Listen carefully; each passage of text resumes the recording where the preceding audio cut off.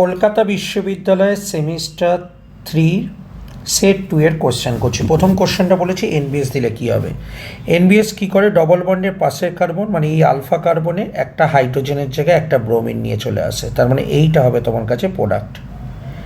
তারপরেরটা, তারপরে 2 নম্বরের কোশ্চেনটা দেখো, এই যে রিয়াকশানটা এটা হলো সাইমন স্মিথ রিয়াকশান। সেখানে কী হয় না CH2 এখানে ZNI আর এখানে আই থাকে, এটা কি এখানে অ্যাটাক করে, এই বন্ডটা এখানে পড়ে আয়োডিনটা বেরিয়ে যায়। তার মানে বেসিক্যালি এখানে একটা সাইক্লোপ্রোপেনের একটা রিং তৈরি করে। পরেরটা বলেছে কম্পেয়ার নিউক্লিওফিলিসিটি। দেখে বুঝতেই পারছো প্রথম কম্পাউন্ডটা হাইলি স্টেরিক এফেক্ট আছে এবং স্টেরিক এফেক্ট যত বেশি হবে তত লেস নিউক্লিওফাইল হবে। ওকে, তাহলে ফার্স্টেরটা কম নিউক্লিওফাইল, পরেরটা বেশি, কারণ প্রথমটার মধ্যে স্টেরিক এফেক্ট আছে। Question number 4, rate of the reaction বলেছে। দেখো রেট অফ দ্য রিয়াকশান যখন আমার কাছে আসবে দ্বিতীয়টা বেশি, কারণ কি দ্বিতীয়টা অক্সিজেনের লোন পেয়ারটা এইখানে পড়বে, ক্লোরিনটা বার করে দেবে, যেটাকে এনজিপি রিয়াকশান বলে। তার মানে এনজিপি রিয়াকশান করতে পারে দ্বিতীয় কম্পাউন্ডটা, তাই জন্য দ্বিতীয়টা ফার্স্ট টেস্ট হবে আর এটা হবে স্লো।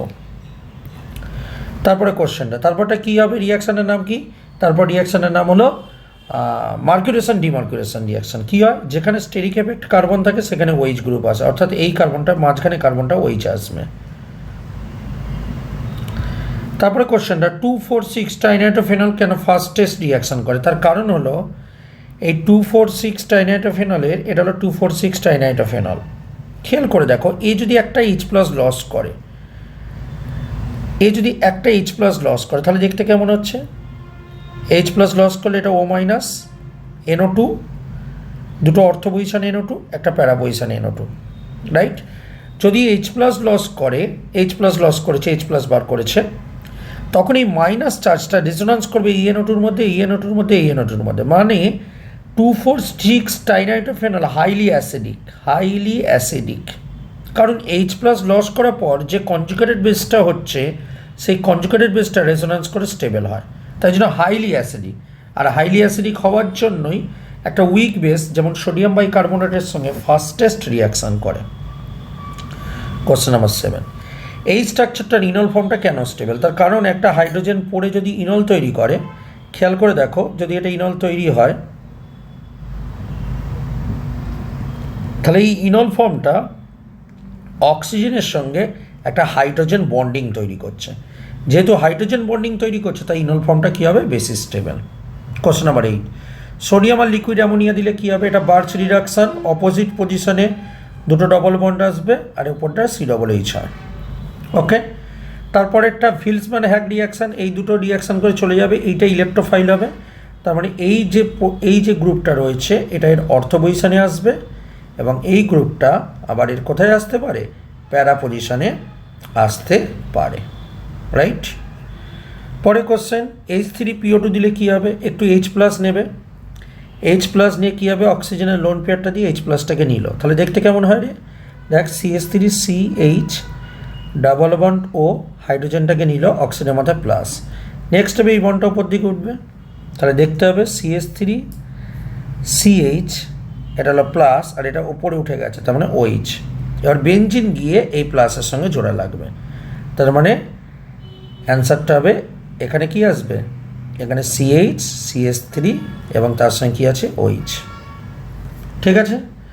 পরে কোশ্চেন, এটা কেন ফাস্টেস্ট রিয়াকশান করে, তার কারণটা খেয়াল করে দেখো, NO2 গ্রুপ টেনে নেয়, OH- গিয়ে এইখানে গিয়ে অ্যাটাক করবে। এবার এর মেকানিজমটা দেখাচ্ছি, রিজনটা কি লিখবে আমি সেটাও বলে দেবো ভালো করে।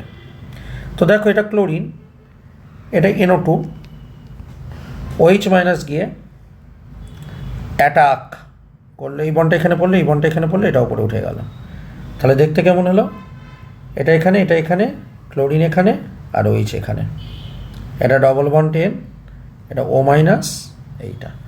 নেক্সট স্টেপে কী হবে, নেক্সট স্টেপে এই মাইনাসটা এখানে পড়বে, এই বন্ডটা এখানে পড়বে, এটা এখানে পড়বে, ক্লোরিনটা বেরিয়ে চলে যাবে, ঠিক। তাহলে দেখতে কেমন হচ্ছে, দেখতে হচ্ছে এইটা, এই বন্ড এখানে পড়েছে, এটা এখানে পড়েছে, N ডবল বন্ড আর এটা বেরিয়ে চলে গেছে, মানে OH। এই জিনিসটাকে বলা হয় অ্যাডিশন এলিমিনেশন, তার মানে এখানে কি হচ্ছে বলতো, বেসিক্যালি অ্যাডিশন এলিমিনেশন রিয়াকশান হচ্ছে। আর এই অ্যাডিশন এলিমিনেশন রিয়াকশানের জন্য রিয়াকশান রেটটা কী হয়, ফাস্ট হয়, প্রচণ্ড দ্রুত হয় রিয়াকশানটা। ওকে, পরেরটা আসছি। পরেরটা বলেছে মেজর প্রোডাক্ট। দেখো লিভিং গ্রুপটা বুঝতেই পারছো বড় সাইজ, তার মানে এটা হফম্যান প্রোডাক্ট হবে। হফম্যান কী হবে না, সেই আলফা হাইড্রোজেন ডবল বন্ডটা তৈরি করবে। আচ্ছা, এদিক দিয়ে তো প্রোডাক্টই হবে না, এদিকে অপশানই নেই। হ্যাঁ, এটা হতে পারে, এই হাইড্রোজেনটাকে নেবে, এই বন্ডটা এখানে পড়বে আর এইটা বেরিয়ে যাবে, তাই তো?